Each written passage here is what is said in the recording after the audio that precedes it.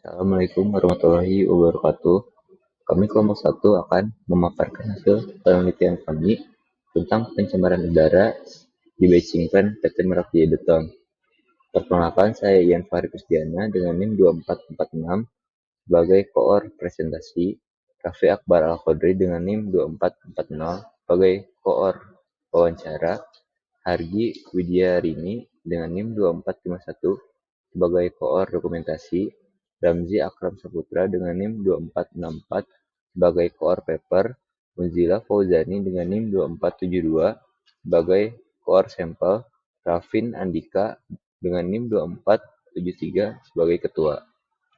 Profil perusahaan PT Merak Jaya Beton berdiri tahun 2012 yang berlokasi di Jalan Wiono Baru, Banguntapan, Bantul. Memiliki visi menjadi yang utama dalam kualitas dan pelayanan dalam industri beton dan sprit. Memiliki misi menjaga konsistensi mutu beton dan sprit yang diproduksi memenuhi standar mutu beton yang berlaku, menjamin dan memelihara pemenuhan standar keselamatan dan kesehatan kerja baik dari SDM, alat-alat produksi, serta pendukungnya. Di sini saya akan menjelaskan mengenai batching plan. Batching plan adalah mesin yang sangat membantu dalam pengerjaan proyek-proyek besar. Dengan menggunakan batching plan, maka pembuatan beton akan semakin mudah dan memakan waktu yang singkat. Penggunaan mesin batching plan memiliki sisi buruk. Dalam hal ini, sisi buruk dari penggunaan batching adalah munculnya polusi udara dan suara yang dihasilkan dalam proses pembuatan campuran beton ready mix. Untuk menjaga keselamatan selama observasi, kami menggunakan alat pelindung diri atau APD secara lengkap, meliputi helm safety, rompi safety, sepatu, dan masker. Dari gambar berikut, selama observasi lapangan dan wawancara, kami telah menerapkan K3 lapangan, yaitu menggunakan APD, dan mendapatkan hasil observasi pencemaran udara, yaitu debu yang dihasilkan dari produksi mixing beton dan kendaraan pengangkut bahan baku mengakibatkan polusi udara. Selanjutnya, saya akan menjelaskan mengenai hasil dan temuan yang didapatkan selama observasi langsung dan wawancara. Yang pertama, ada kualitas udara. Kualitas udara yang baik memiliki kondisi udara yang hanya mengandung sedikit partikel padat dan polutan kimia. Tanpa kualitas udara yang baik, akan berdampak buruk pada kesehatan, seperti menimbulkan penyakit pernapasan, iritasi mata, dan menurunkan daya tahan tubuh. Berikut parameter dan baku mutu menurut Peraturan Pemerintah Republik Indonesia Nomor 41 Tahun 1999 tentang baku mutu udara ambien nasional. Parameternya ada nitrogen dioksida, lalu baku mutunya 400 mikrogram per Newton meter kubik, lalu ada sulfur dioksida 900, karbon monoksida 26.000, debu 230, oksigen 200, hitam 2, dan hidrokarbon 160. Yang kedua ada tingkat kebisingan. Menurut Keputusan Menteri Negara Lingkungan Hidup Nomor 48 tahun 1999, baku tingkat kebisingan adalah batas maksimal tingkat kebisingan yang diperbolehkan dibuang ke lingkungan dari usaha atau kegiatan sehingga tidak mengganggu aktivitas warga sekitar. Berikut adalah parameternya. Dari bising ambien ada upwind dan downwind, besarnya 70 desimal A. Dari bising lingkungan ruang kerja di area batching plant, baku mutunya 85 desimal A.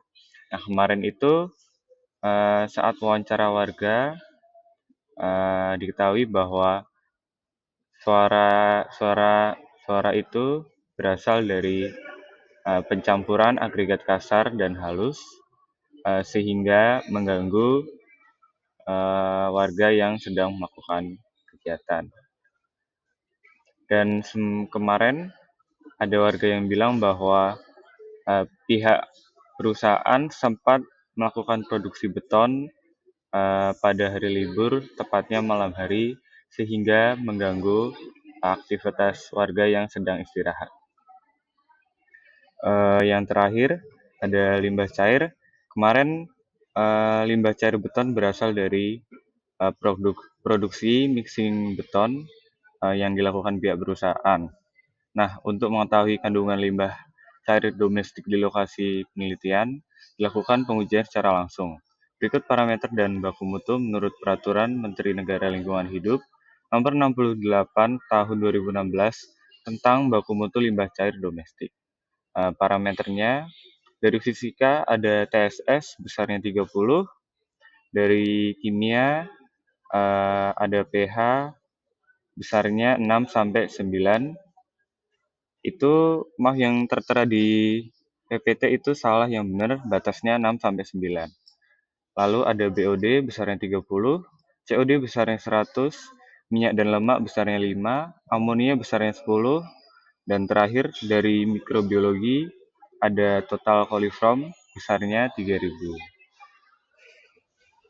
Untuk yang selanjutnya, pengaruh kegiatan produksi. Terdapat dua aspek. Yang pertama, aspek kesehatan kerja, dan yang kedua, aspek keselamatan kerja. Aspek kesehatan kerja yaitu kegiatan produksi beton ready mix di PT Merak Jaya Beton berpotensi menimbulkan berbagai gangguan kesehatan. Antara lain, yang pertama, paparan debu dan partikel halus, yang kedua, paparan bahan kimia, dan yang ketiga, kebisingan.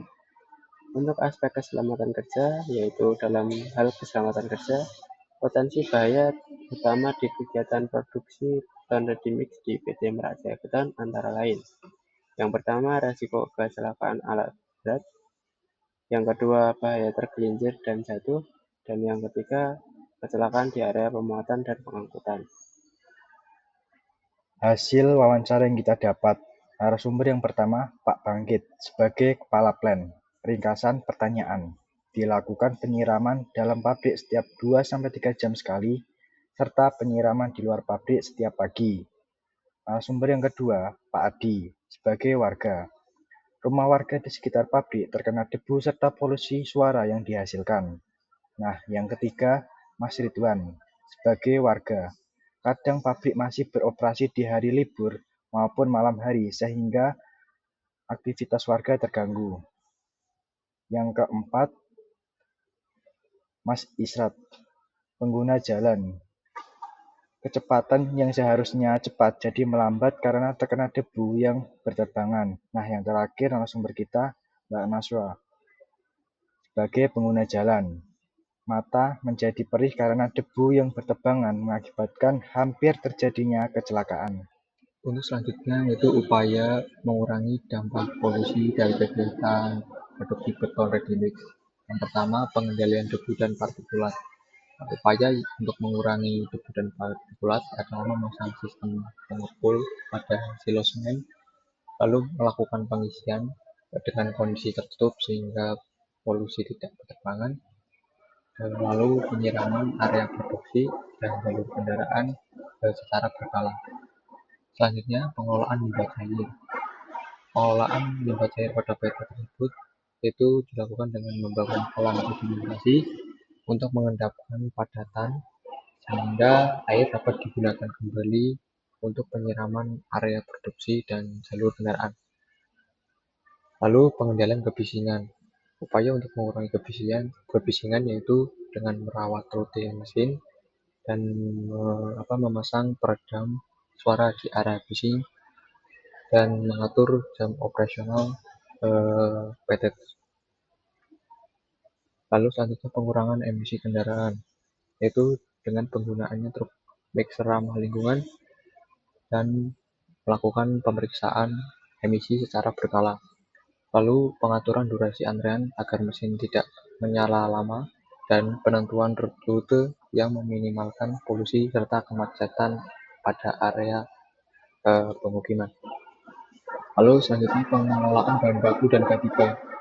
Bahan kimia yang digunakan pada pengelolaan packing plan disimpan dalam wadah tertutup sesuai standar keamanan dan pekerjaan mendapat pelatihan K3 untuk menangani bahaya serta resiko kecelakaan pada lingkungan sekitar. Terima kasih telah mendengar penjelasan penelitian dari kami.